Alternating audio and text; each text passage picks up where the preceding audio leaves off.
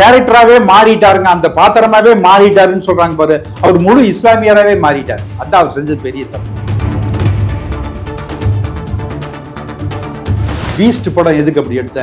Beast படம் தயாரிச்சது யாரு sir? தயாரிச்சு யாருன்னு ஒத்துக்கு தயாரிச்சது யாரு? பீஸ்ட் படத்தை வெளியிட்டது யாரு? இப்ப டப்பால இருக்க பெவிகால ஆணையை போட்டுட்டு இவர் ஒரு கட்சி ஆரம்பிக்கிறார். எப்படி ஒரு 2 யானை பறஞ்சிருவானா அவன்? இந்த டிவி கேட்காரன் ஓப்பன் ஜீப்ல மேல வர்றான், லுங்கி அவுத்துட்டு மேல போய் நிக்கிறான், ஆடுறான். அவங்க தலைமை முன்னாலேயே ஆடுறான்.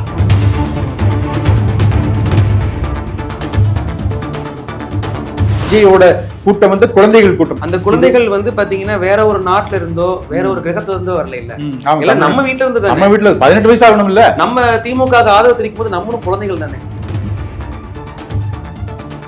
கேரவன் டு கோட்டை தான் அப்படின்னா நடக்குமா? அது நடக்காது சார், நடந்து வராது. அதுதான் சார் நான் கேட்கிறேன். உதயநிதிக்குனா நீங்க வந்து பாத்தீங்கன்னா சில தளர்வுகள் இதெல்லாம் இருக்கீங்க, விஜய்க்குனா கட்டுப்பாடுகள் ஏகப்பட்டமா விதிக்கிறீங்க. முழுக்க பாஜகவுக்கு எதிர்ப்பு தானே அவர் வந்து யாரு? விஜய். என்ன சார் நீங்க தெரியாம நாட்டு நடப்பே தெரியாம பேசிட்டு இருக்கீங்க. சொன்ன மாதிரி மானாபாகுதுன மாதிரி தான் இருக்கு.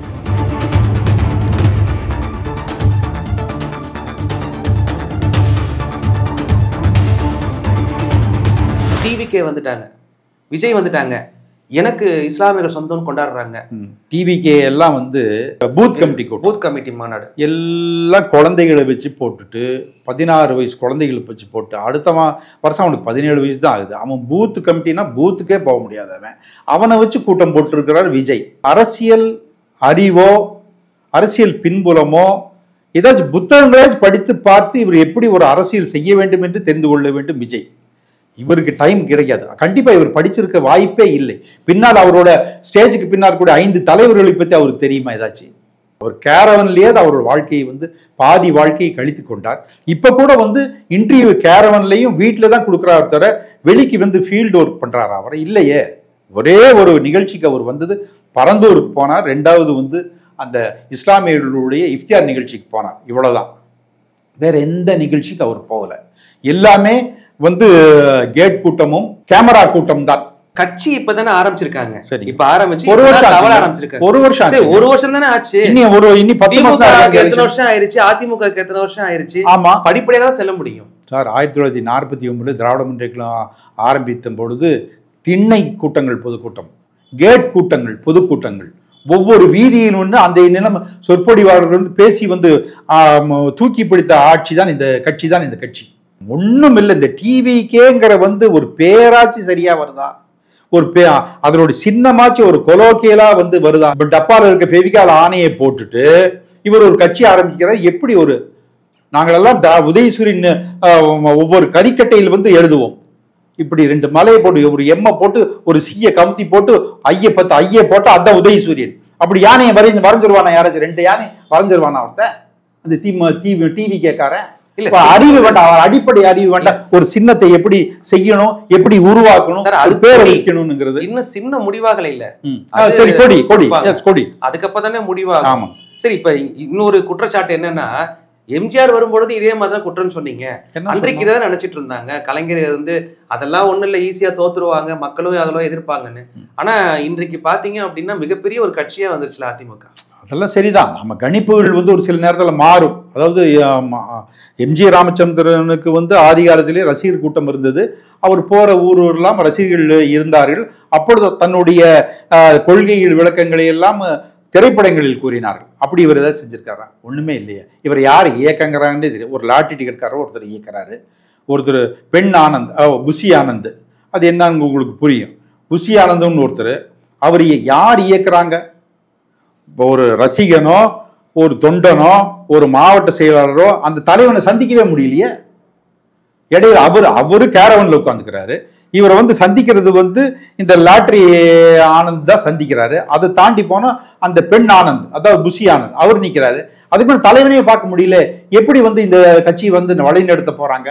இது இன்றைக்கு நேற்று இல்லை சார், மிகப்பெரிய ஒரு பிரபலம் தானே. இன்றைக்கு ஸ்டாலினோ உதயநிதி ஸ்டாலினோ எந்த ஒரு தலைவரோ வந்தாலும் கூட விஜய் அவர்களோட கம்பேர் பண்ணும் பொழுது விஜய்க்கு தானே அதிகம் கூட்டம் வருது. இந்த கூட்டமெல்லாம், இந்த குழந்தைகள் கூட்டமெல்லாம் வாக்காளர்களாக வாக்குகளாக மாறும் என்று சொல்ல முடியாது. டிவிகேவோட விஜயோட கூட்டம் வந்து குழந்தைகள் கூட்டம், அது கண்டிப்பாக வாக்கே வரப்போறது இல்லை. அப்புறம் வேற யார் வந்து இவருக்கு ஓட்டு போட போறாங்க? அந்த குழந்தைகள் வந்து பாத்தீங்கன்னா வேற ஒரு நாட்டுல இருந்தோ வேற ஒரு கிரகத்துல இருந்தோ வரல இல்ல, நம்ம வீட்டுல இருந்து, நம்ம வீட்டுல 18 வயசு ஆகணும் இல்ல. நம்ம திமுக ஆதரவு தெரிவிக்கும் போது நம்மளும் குழந்தைகள் தானே. நாம குழந்தைகள், நம்ம வீட்டுல இருக்கிற எல்லாருமே வந்து திமுக தான் இருந்தான், இவரை போற அல்ல. அந்த வீட்டுல இருக்கக்கூடிய இல்ல திமுக வந்து கடவுள் கிடையாது இல்ல, இல்ல ஏதோ ஒரு கட்டத்துல ஆரம்பிக்கப்பட்ட போது அந்த கழகத்துல இருந்தவங்க எல்லாம் குழந்தைங்க தானே. ஆமா, 19 வருஷம் கழிச்சு நாங்க ஆட்சி அமைச்சோம். அது மாதிரி தானே இவங்களும் இருப்பாங்க. இருக்கட்டும், ஏதோ வந்து சேரட்டும், அது அவர் புரிஞ்சுக்கிட்டும், அரசியல் என்னன்னு புரிஞ்சுக்கிட்டும், அவருக்கு பின்னால் இருக்கக்கூடிய அம்பேத்கர் யார், ராணி மங்கம்மா யார் எல்லாம் தெரிஞ்சுக்கிட்டு அதுக்கப்புறம் வந்து படிச்சு முடியிருக்கே 10 வருஷம் ஆகும். அதுக்கப்புறம் இவர் ஆட்சிக்கு வரட்டும். ஒண்ணுமே ஆகாம டைரக்டா முதல் மந்திரி தான் ஆக, கேரவன் டு கோட்டை தான் அப்படின்னா நடக்குமா? அது நடக்காது சார், நடந்து வராது.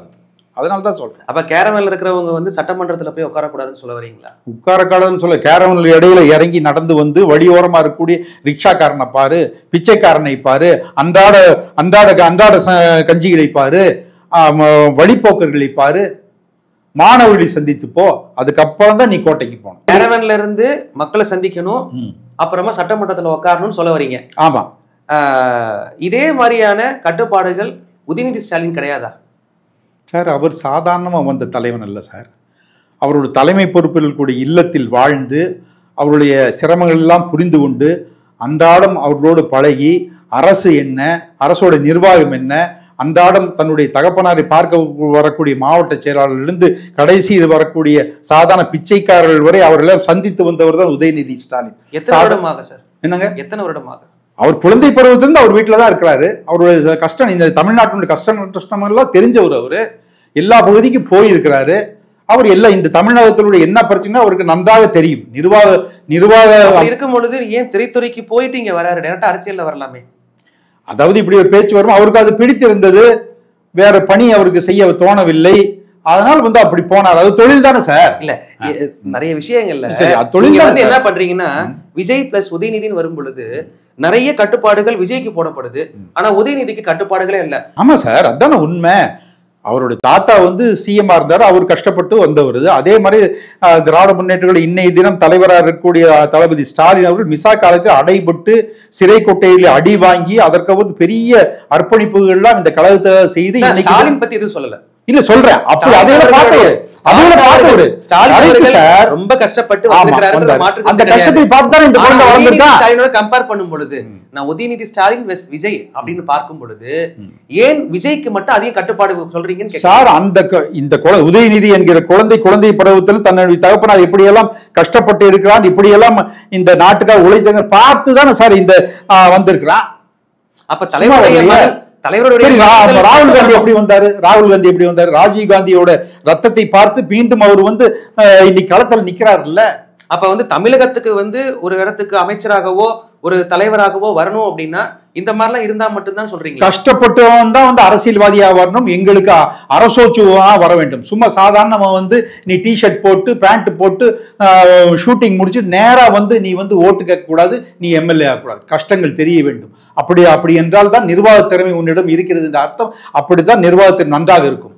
ஒண்ணுமே கஷ்டம் தெரியாம எப்படி சார் தெரியும் சார்? ஒருத்தர் வரா சாப்பிட்டு இருக்கிறது கஞ்சி குடிக்கிறது எப்படி சார் தெரியும்? அதான் ஒருத்தர் வரா வந்துட்டு நான் உங்களுக்கு ஆதரவா இருக்கேன், எனக்கு கூட்டம் இருக்கு, நான் நல்லது செய்யணும்னு ஆசைப்படுறேன், உண்மையிலே அப்படிப்பட்ட எண்ணம் இருக்குதுன்னு வைங்க. சரிங்க. நான் இந்த விஜயுடைய இந்த இஃப்தார் கூட்டமே நான் சொல்றேன். சரிங்க. இவ்வளவு தூரம் இஸ்லாமியர்களுக்கு மீது இயக்கப்பட்ட குற்றச்சாட்டுகள் படங்கள்ல வந்து இருந்தாலுமே கூட அந்த இடத்துல வந்து உட்காந்து அவங்களோட நோன்பு இருந்து நோன்பு துறந்து அவங்க கூட சகஜமா பழகி இருக்கக்கூடிய சூழ்நிலைய நீங்க ஆதரிக்கிறீங்களா, எதிர்க்கிறீங்களா? பீஸ்ட் படம் எதுக்கு அப்படி எடுத்த? பீஸ்ட் படம் தயாரிச்சது யாரு சார்? தயாரிச்சு யாருன்னு ஒத்துக்கிட்டு தான் ஒவ்வொரு நடிகனும் படத்தை தயாரிச்சது யாரு, பீஸ்ட் படத்தை வெளியிட்டது யாரு? யாராக வேணா இருக்கட்டும், நடிச்சது நீதான். பீஸ்ட் படம் வந்து தயாரிச்சது சன் குழுமம், பீஸ்ட வெளியிட்டது ரெட் ஜெயண்ட். சரி. குற்றம் செய்தவனை விட அந்த குற்றத்துக்கு உடந்தையாக இருக்கவன் பார்க்கும் பொழுது இந்த பீஸ்ட் படத்தை வெளியிட்டது ரெட் ஜெயண்ட் மூவி. அப்ப அவர்களுக்கு என்ன சொல்லுவீங்க சார்? அவங்க எல்லாம் வியாபார நோக்கத்துல அதை செய்யறாங்க சார். அதுதான் சார் நான் கேக்குறேன்.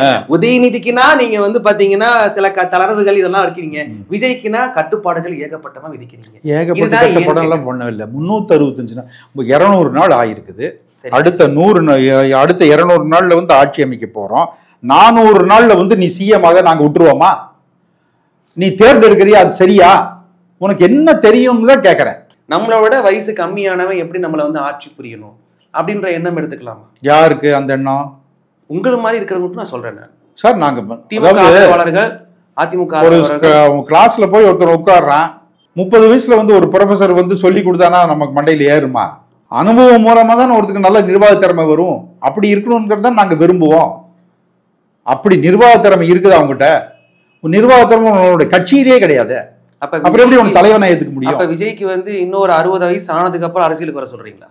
அப்படி இல்லை, இருந்தாலும் ஒரு நம்ம பார்க்கும்போதே தெரியுது நீங்க எப்படி கூட்டம் நடத்துறீங்க, நீங்க எப்படி பேட்டி கொடுக்குறீங்க, நீங்க எப்படி பேசுறீங்க, எப்படி மீடியாவை சந்திக்கிறீங்க, ஒவ்வொன்றையும் நாங்க பார்க்குறோம்ல. அதே போல அங்கே இருக்கக்கூடிய தோழர்கள், அங்கே இருக்கக்கூடிய இளைஞர்கள், அவர்கள் வந்து நாகரீகமாக நடந்து கொள்கிறார்களா? இல்லையே. தலைவன்ட்டே நடத்த மாட்டேங்கிறான். தலைவன் வந்து அந்த ஓப்பன் ஜீப்ல மேல வர்றான், லுங்கி அவுத்துட்டு மேல போய் நிக்கிறான், ஆடுறான். அவங்க தலைவன் முன்னாலேயே ஆடுறான். அவங்களுடைய கல்ச்சர், அவங்களுடைய பிராட்டப். விஜய் எப்படி அவரை கொண்டு வந்திருக்கிறாரு? 17 வயசு வரை தான் வந்திருக்கிறான். இனி அடுத்த வருஷம் 18 வயசு வரும்போது எலெக்ஷன் எல்லாம் முடிஞ்சிருக்கும். அவன் ஓட்டும் போட முடியாது. மேல நின்று ஆனாம் பாருங்க, அவனால ஓட்டே போட முடியாது. தலைவன் எப்படி இருக்கான் அப்படிதான் தொண்டன் இருக்கான். தொண்டன் எப்படி பார்த்தா அப்படிதான் தலைவன் இருக்கிறான். தேர்தல் பரப்புரைக்கு வந்து உதயநிதி ஸ்டாலின் வராரு. வரவரு நான் பரப்புரைக்கு மட்டும்தான் வரேன்றாரு. அப்புறமா அவருக்கு அமைச்சர் பதவி கொடுக்கப்படுது. அதற்கு அப்புறமா அவருக்கு துணை முதல்வர் பதவி கொடுக்கப்படுது. எப்படி சார் இவருக்கு மட்டும் நடக்குது? அவருடைய நிர்வாகத்திறன் வந்து எல்லா அமைச்சரும் பார்த்துட்டாங்க. எல்லாரும் கோரிக்கை கொடுத்து நல்லா பாக்குறாரு, நல்ல அட்மினிஸ்ட்ரேஷன் கெப்பாசிட்டி இருக்கு, நீங்க ஏன் இவரை லிஃப்ட் பண்ணக்கூடாது கேட்டு கோரிக்கையின் அடிப்படையில் தான் இவர் கொடுத்திருக்காரு. அதுக்கு முதல்ல அவர் வந்து முதல்வர் சம்மதிக்கவே இல்லை. எல்லா அமைச்சர் சொன்ன பிறகு தான் இந்த திமுக உதயநிதி ஸ்டாலின் அவர்களை தவிர்த்து கழகத்துக்காக பாடுபட்டு உழைக்கக்கூடிய இளைஞர்கள் வேற யாருமே இல்லையா? இருக்காங்க. எல்லாரும் சிஎம் ஆக முடியாது சார்.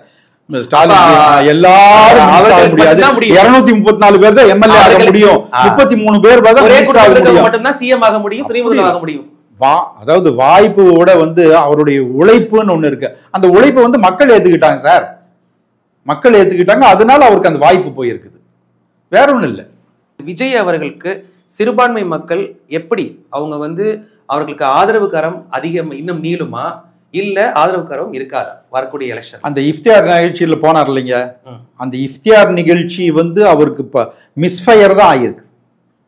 அவர் ரொம்ப தன்னை வந்து முழுமையாக அந்த அந்த கேரக்டராகவே மாறிட்டாருங்க, அந்த பாத்திரமாவே மாறிட்டாருன்னு சொல்றாங்க பாரு. அவர் முழு இஸ்லாமியராகவே மாறிட்டார். அதான் அவர் செஞ்சது பெரிய தப்பு.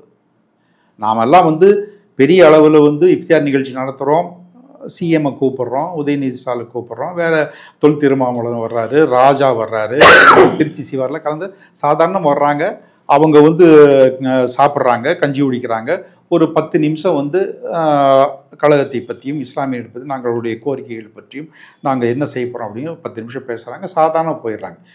இது வந்து சாதாரண ஒரு நிகழ்ச்சிகள் வருடா வரம் நடந்து, இதுக்கு தொய்வில்லாமல் நடந்து. இவர் வந்து போய் உட்கார்ந்து அப்படியே முஸ்லீமாவே மாறிட்டார். அதான் இவர் செஞ்சது பெரிய தப்பு. அப்போ அவர் வந்து நடிப்பு அப்படிங்கிறது நல்லா அங்கே இருந்தவர்களுக்கே தெரிஞ்சிருச்சு. அதனால வந்து இஸ்லாமியர்கள் வந்து இவருடைய முழு தோற்றத்தை நல்லா பார்த்துட்டாங்க. இவரோட முகமூடி வந்து அவிழ்க்கப்பட்டு விட்டது. விஜயோடது நல்லா நடிக்கிறாரு தெரிஞ்சிட்டாரு. கண்டிப்பாக வந்து இஸ்லாமியர்கள் யாரும் வந்து விஜய் பக்கம் நிற்க மாட்டாங்க.